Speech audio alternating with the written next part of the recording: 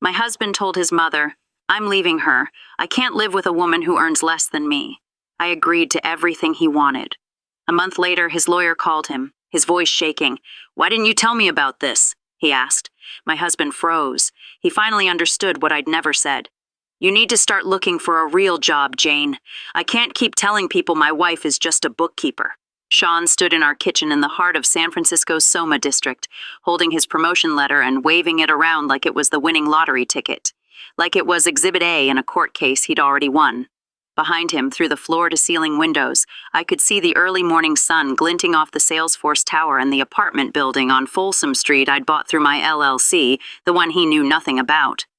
"My new director's salary means we're in a different league now," he continued, his chest puffed out. "Denzel's wife just made partner at her law firm. Chen's wife runs a thriving medical practice in the marina. Mine does other people's taxes." He said the words "other people" like they were a contagion. I set down my coffee mug, the one from the National Accounting Conference where I'd given the keynote speech last year. Sean thought I was attending a weekend workshop for QuickBooks Pro. In reality, I was on a stage in Las Vegas presenting my proprietary framework for corporate restructuring to over 200 CFOs from across the country. "Director's salary," I repeated, keeping my voice as flat and neutral as a freshly balanced ledger. "That's wonderful, honey. How much is the raise?" 15%, he said, practically preening. "Brings me to 120 base, plus bonuses." He announced it with the gravitas of someone who'd just cured cancer. $120,000. It was a respectable salary, to be sure. But last month alone, my consulting fee from the Steinberg Industries restructure was more than double that. But Sean didn't know about Steinberg Industries. He didn't know about any of my Fortune 500 clients. I looked at the letter he'd placed on the counter. The promotion was dated 3 days ago. He'd been carrying it around in his briefcase, waiting for the perfect moment to drop this bomb, to draw his pathetic little line in the sand. I watched him fold it carefully and place it on the Italian marble countertop between us, a barrier made of corporate letterhead and fatally misplaced pride. "We should celebrate," I said, my voice betraying nothing, even though I already knew how this conversation, and our marriage, was going to end. "How about that little Italian place in North Beach, like for our anniversary?" His face twisted into a slight grimace. He pulled out his phone, already scrolling. "Look at this," he said, shoving the screen in my face. It was an Instagram post. "Denzel took Michelle to the French Laundry last month, posted the whole damn tasting menu. That's the kind of place someone in my position should be seen at, not some neighborhood joint where you wear the same damn dress every year." The black dress. He'd noticed after all. What he hadn't noticed, or more likely hadn't cared to remember, was that I wore it because it was the dress I wore on our first date. A sentimental choice that apparently meant nothing to him now. He also hadn't noticed that I'd paid for that anniversary dinner and every other special occasion dinner for the past 4 years with my business credit card. "Maybe we could go somewhere nicer next time," I offered, testing the waters, knowing there wouldn't be a next time. "That's the thing, Jane." He put his phone down, finally looking at me directly. "There's an image I need to maintain now. The other directors, their wives, they're different. They're partners in success. You're still doing the same bookkeeping work you were doing when we met 7 years ago." I almost choked on a laugh. The same work. If only he knew that my little bookkeeping job had quietly evolved into Hamilton Financial Services, a premier consulting firm with 3 Fortune 500 companies on retainer. If only he knew that while he was struggling to make senior analyst, I was restructuring the accounting departments for companies whose CEOs he could only dream of meeting in an elevator. "Your mother called yesterday," I said, changing the subject. "She's still coming for Sunday lunch, right?" "Actually, about that." Sean picked up his coffee. The coffee I'd made him with beans from a specialty roaster in Hayes Valley that cost $30 a pound. "She had some thoughts about us, about our situation." Our situation.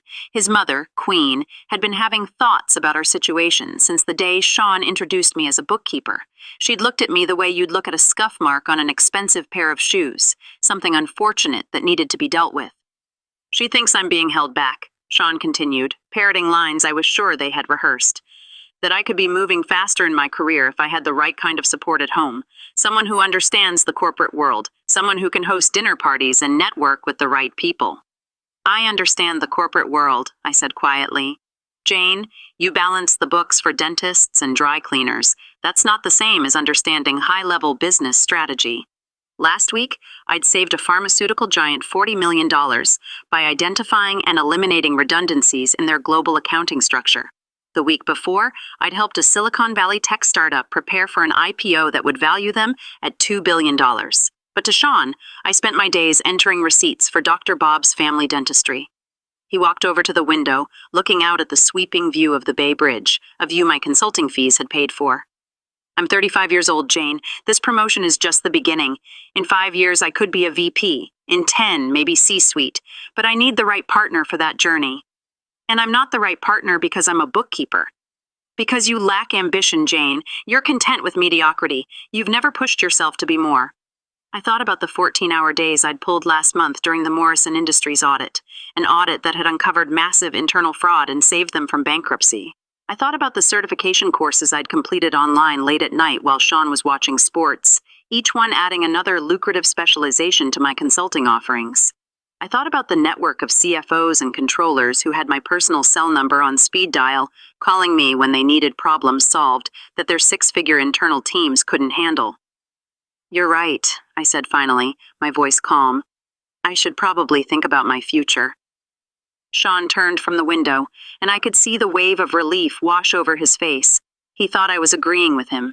He thought I was accepting his pathetic assessment of my worth. I'm glad you understand, he said, trying to sound magnanimous. This isn't easy for me either, but sometimes we have to make difficult choices for our own growth. The morning sun was fully up now, casting long shadows across our kitchen. In 2 hours, I had a video call with the Morgan Group about their expansion into European markets. They wanted my input on structuring their accounting departments across multiple countries with vastly different tax laws. The fee for that project alone would be more than Sean's entire new director salary. But he'd never know that. He'd already decided who I was and what I was worth. Before I go on, I have to ask you something. Do you ever feel like the people closest to you have no idea who you really are? That they've built a version of you in their heads that's so small, so simple, it makes them feel comfortable? If you know what that feels like, hit that subscribe button right now. It's more than a click. It's an acknowledgement for every person who has ever been underestimated. Don't let their story, or yours, go unheard. 3 days after Sean's grand promotion announcement, I was clearing dirty coffee cups from his home office when I heard his mother's voice squawking through his laptop speakers. He'd left his video call running while he went to grab some documents from the printer, assuming I wouldn't pay attention. The Thursday morning calls with Queen had become a nauseating routine. Queen calling from her spotless, soulless kitchen in Greenwich, Connecticut.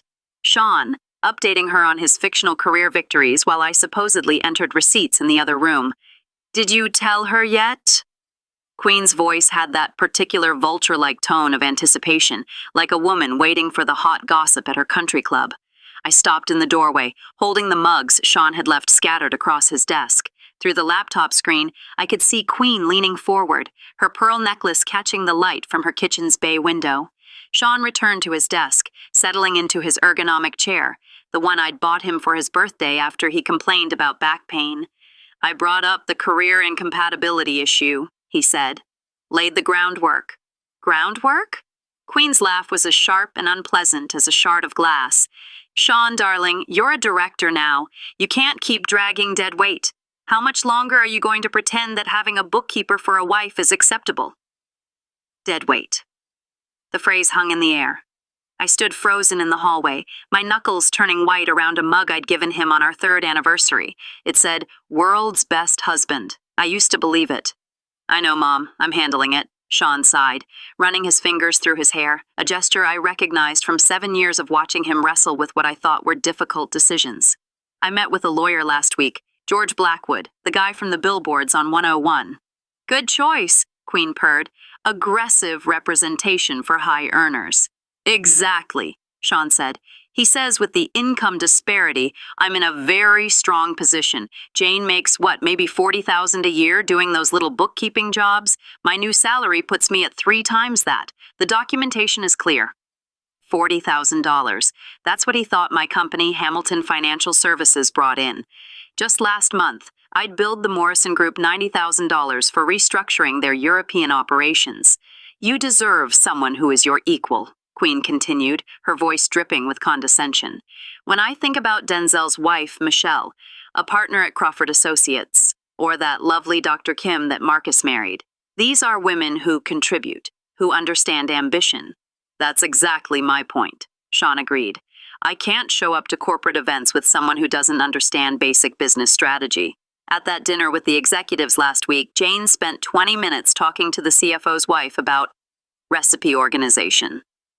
Recipe organization. I remembered that conversation very differently. Margaret Chin, the CFO's wife, had been telling me about her daughter's startup, a meal planning app that was struggling with its back-end financial structuring. I'd given her my card, the one for Hamilton Financial Services. She'd called me yesterday to set up a consultation. When are you filing? Queen's question was cold and practical. Soon. I need to organize the assets first. Document everything clearly. The condo, the investment accounts, the savings. I've been the primary contributor to all of it. Well, of course you have, Queen sniffed. What has she contributed? Basic bookkeeping while you built a real career. Sean laughed, a cold, ugly sound. The irony is, she thinks she's helping by managing our finances. She has no idea I've been tracking everything separately, building my case. I backed away from the door silently, still holding the cups. My mind was processing what I'd just heard, analyzing it like a balance sheet full of shocking irregularities. They'd been planning this. While I was pulling 16-hour days to finish the Steinberg audit, Sean and his mother had been strategizing my disposal. I have to pause here. Hearing someone you love call you dead weight. It's a special kind of poison. It makes you question everything. For anyone watching who has ever been made to feel worthless by the people who should have been lifting you up, I need you to do something. Go to the comments and just type, "I am not dead weight." That's it. You don't have to subscribe. You don't have to like the video. Just declare your own value. Because if you don't, who will? I'm serious. Go do it. Acknowledge your own worth. Later that afternoon, while Sean was at his office, I found myself rummaging through our bedroom closet. His gym bag was shoved behind some winter coats, which was odd since he claimed to go to Equinox every Tuesday and Thursday without fail. Underneath it, I found a plastic folder from Office Max. Inside were printed pages from law firm websites. Blackwood Associates was featured prominently, with certain phrases highlighted in yellow: protecting high earners, maximizing asset retention, strategic documentation of financial disparity. Behind the printouts was a handwritten list in Sean's neat, precise printing. 2 columns, his and hers. Under his, the Soma condo listed at $1.8 million. The investment portfolio, $450,000. The BMW, the savings account. Under hers, 2015 Honda Civic, valued at $8,000. Personal checking account, estimated at $2,000. Bookkeeping equipment, my laptop, $500. He'd been inventorying our life like a hostile corporate takeover, except his calculations were based on a fundamental, catastrophic misunderstanding. The condo wasn't ours. It belonged to Hamilton Financial Services, the LLC I'd established 2 years before our wedding. The investment portfolio was managed under my financial advisory license, also through the LLC. Even the BMW was leased through my company as a business vehicle. Sean's name appeared on things only as an authorized user, a courtesy I'd extended that he'd mistaken for ownership. I photographed every single page with my phone, my hands steady, my mind cold and clear. Then I put everything back exactly as I'd found it. The gym bag went back behind the coats at the exact same angle. The folder maintained its slight bend from being pressed against the wall. Sean would never know I'd seen his battle plans. That night, after he'd fallen asleep, I sat in the living room with my laptop and pulled up the incorporation documents for Hamilton Financial Services. Page after page of the legal armor I'd carefully built before ever saying, "I do." I never imagined I'd need the protection from him, but I've always believed that good bookkeepers maintain clean records and clear boundaries. The apartment purchase agreement showing Hamilton Financial Services as the sole buyer, the investment account documentation opened under my LLC's EIN number. Even our joint checking account was technically a business account, with Sean listed merely as an authorized signer, not an owner. I'd spent 7 years letting Sean believe he was the primary breadwinner because it seemed to matter so much to his fragile ego. Now I understood that my silence hadn't been kindness. It had been interpreted as confirmation of his superiority. He'd mistaken my discretion for inability, my quiet competence for a lack of ambition. The man sleeping in our bed, my bed really, had built an entire narrative of his success and my failure around a financial fiction that was about to become very, very real for him. The next morning, I woke at 5:15 a.m. and began my new routine, performing the role of the devoted, oblivious wife while meticulously documenting the dissolution of my marriage. I cracked eggs for Sean's breakfast, whisking them just how he liked, while my phone recorded from its perch against the coffee maker.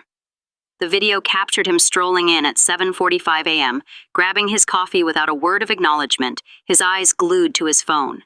He was wearing new cologne, something expensive, with notes of bergamot and cedar. Tom Ford, maybe, definitely not the Calvin Klein I'd bought him for Christmas. His eyes flicked up at me briefly when I mentioned it, a tell I recognized from years of watching him navigate minor deceptions. George recommended it, he said a professional image includes all the details. George Blackwood, his divorce attorney, was already influencing his grooming choices. I made a mental note. The October credit card statement was going to be very interesting. I documented everything in a color-coded spreadsheet. The cologne purchase at Nordstrom, the unexplained ATM withdrawals in neighborhoods nowhere near his office, the client entertainment charges at bars when his shared calendar showed he was supposed to be home. Each entry built the financial narrative of a man preparing his exit, all while assuming his bookkeeper wife was too simple to notice patterns in the numbers. That weekend was our monthly dinner with friends. Denzel and his wife, Michelle, were hosting. Denzel was a tax attorney who handled complex corporate structures. He, unlike my husband, actually understood the difference between bookkeeping and high-level financial consulting. Jane, Michelle hugged me at the door. Denzel has been raving about that restructuring you did for the Morrison Group, said it was absolutely brilliant. I felt Sean's hand tighten on my lower back, his signal for me to deflect, to downplay, to be the humble little bookkeeper, but I was done deflecting. It was an interesting challenge, I said, my voice clear and loud enough for others to hear. $40 million in tax savings through proper structural reorganization. 40 million? Someone whistled from the living room. That's serious money. Jane loves her numbers, Sean interjected quickly, trying to steer me inside, always exaggerating the importance of a few decimal places. I saw Denzel look between us, his lawyer instincts kicking in. Decimal places don't add up to 40 million, Sean, he said coolly. That's strategic financial architecture. The rest of the evening was a masterclass in Sean's delusion. He casually mentioned his promotion every 10 minutes while simultaneously lamenting the crushing financial burden of our household. When Michelle asked about vacation plans, he laughed bitterly. A vacation? On one salary? Maybe if I didn't have to cover everything myself. But Jane's consulting, Denzel started to say. Her little bookkeeping projects barely cover her car payment, Sean interrupted, taking a large gulp of wine. I'm essentially a single-income household. Denzel's eyebrows climbed toward his hairline. He knew exactly what Hamilton Financial Services billed because his own firm had referred 2 major clients to me last year. But he said nothing. He just filed the information away with the quiet precision of a man who understands that sometimes silence gathers more evidence than confrontation. Do you see what's happening here? He's not just lying, he's building an entire false reality. And the scary part is, people do this every day. They create narratives to make themselves the hero. If you're tired of the lies and you believe in the power of unshakable truth, you belong here. Subscribing isn't just about watching videos. It's about joining a community that values authenticity over performance. Are you in, or are you going to keep scrolling and pretend the truth doesn't matter? Your choice. That night, I called my sister Jessica in California. She was a contract lawyer. I laid it all out for her. The overheard conversation, George Blackwood, the fraudulent asset list, and the entire corporate structure of Hamilton Financial Services that predated my marriage by 2 years. There was a long pause on the other end of the line, then a low whistle. Janie, you set up asset protection before marriage. That's not just smart, that's brilliant. I wasn't planning for a divorce, Jess. I was planning for business liability. Doesn't matter why you did it, she said, her legal mind already firing on all cylinders. What matters is the legal structure. Is his name on any actual ownership documents? Not as an authorized user, not as a signatory, actual ownership. No, I said. I've always been very careful about that. Then he has no claim, she said, her voice firm. 0. The condo, the investments.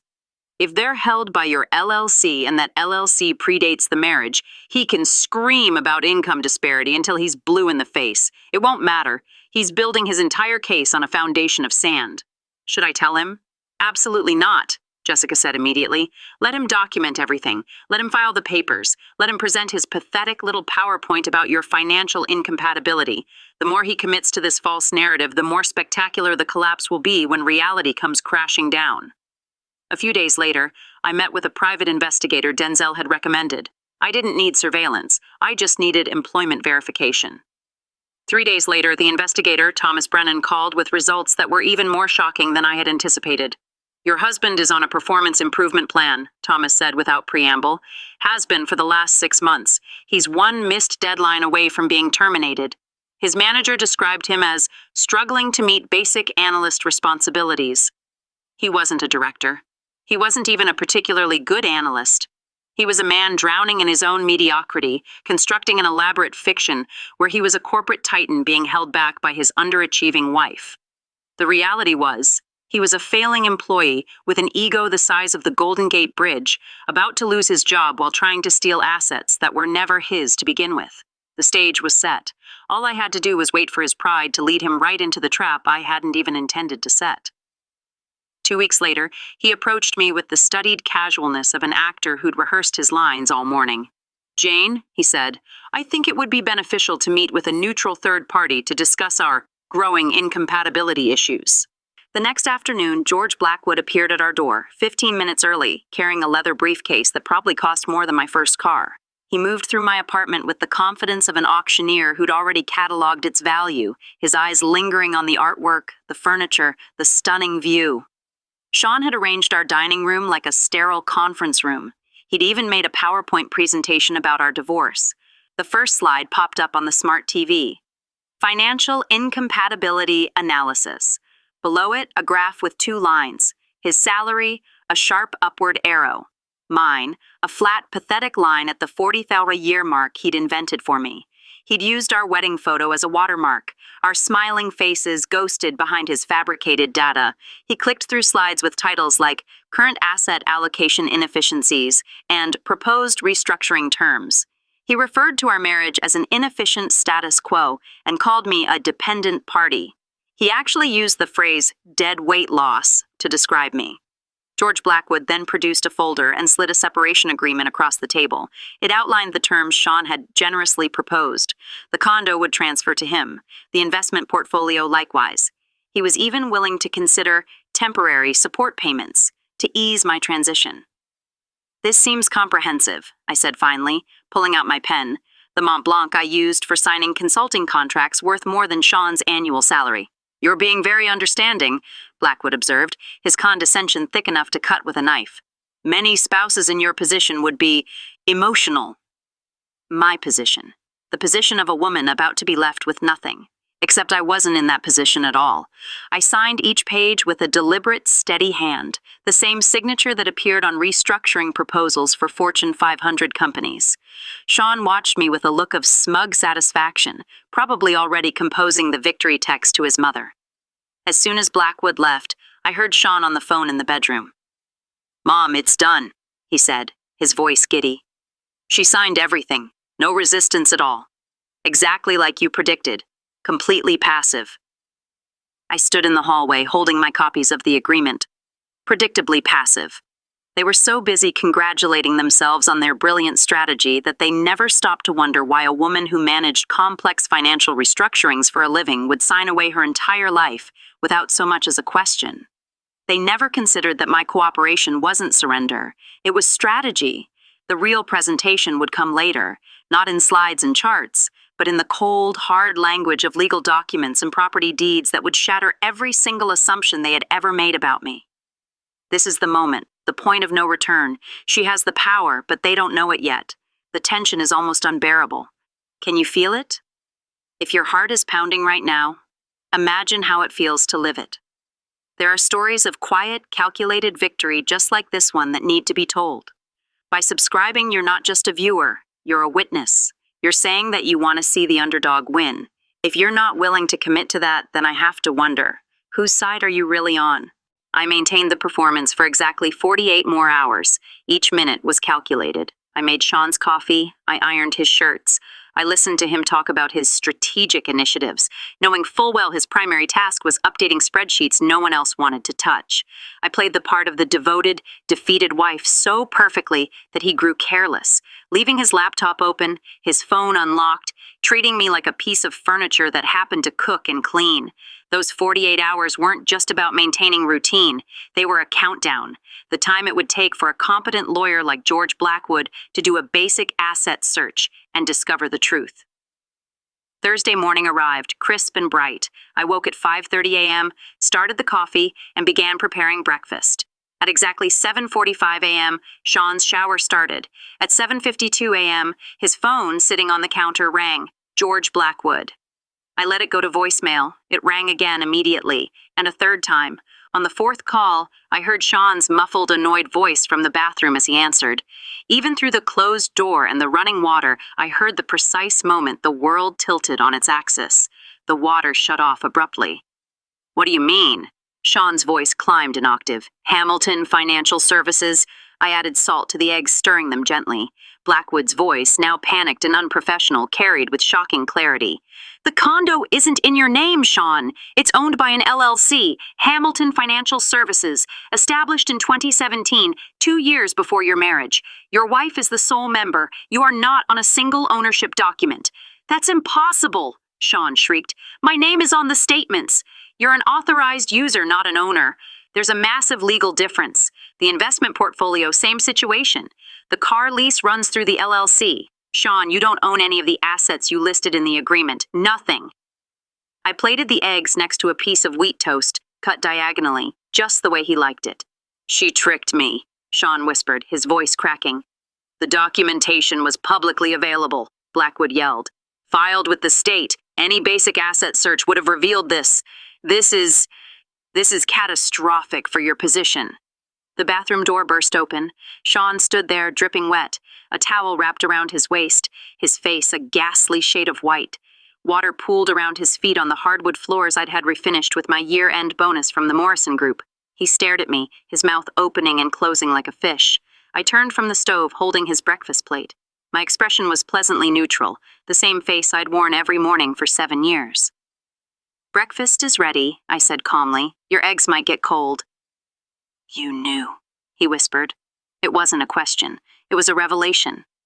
I picked up my own coffee mug, the one from the financial consulting conference, and took a slow, deliberate sip.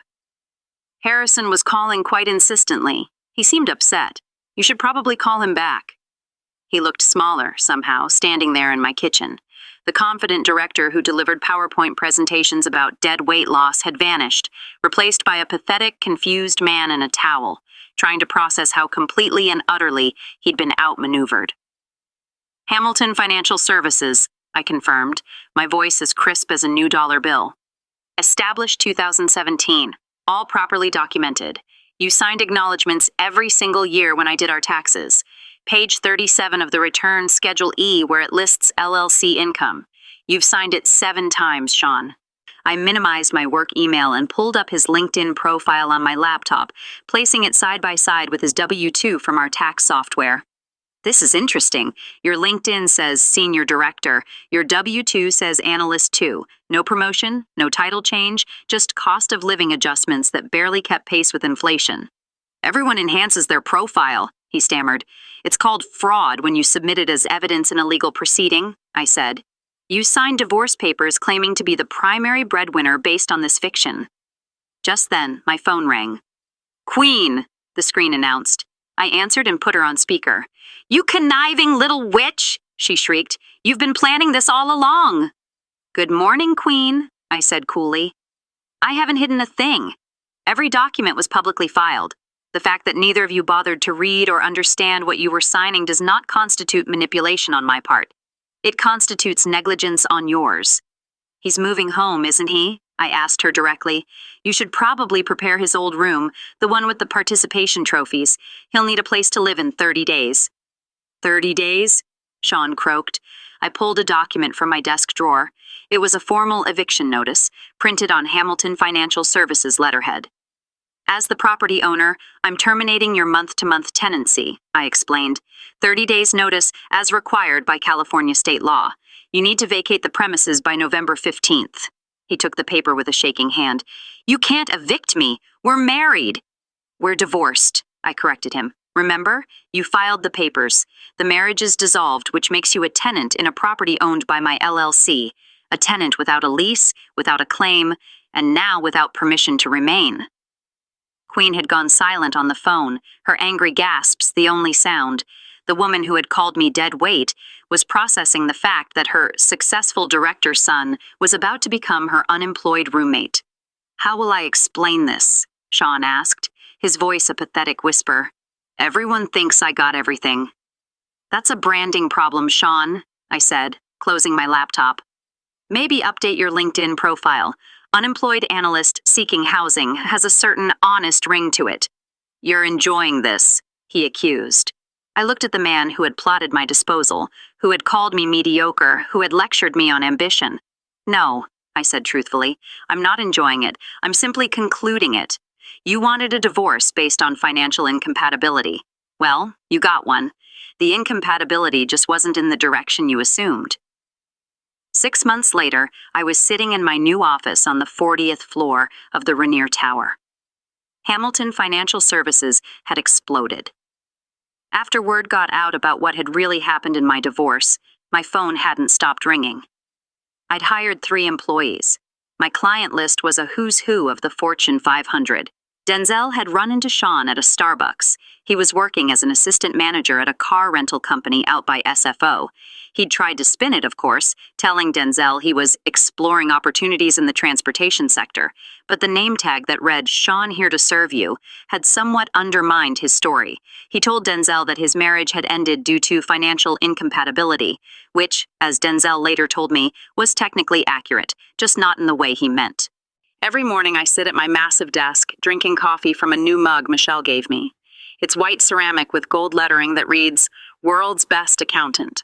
I look out over the city, the bay, the endless horizon, and I think about how my husband wanted to leave me because he thought I earned less than him.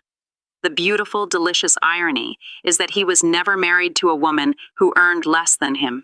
He was just married to a woman who understood that the greatest power is the kind that doesn't need to announce itself, the kind that waits, patiently, quietly, until the exact moment it matters most.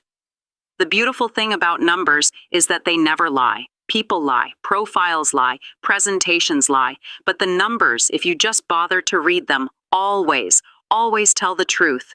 If this story of calculated justice had you on the edge of your seat, smash that like button. My favorite part was when she calmly offered him breakfast while his entire fabricated world was collapsing over the phone. What was your favorite moment? Drop it in the comments below.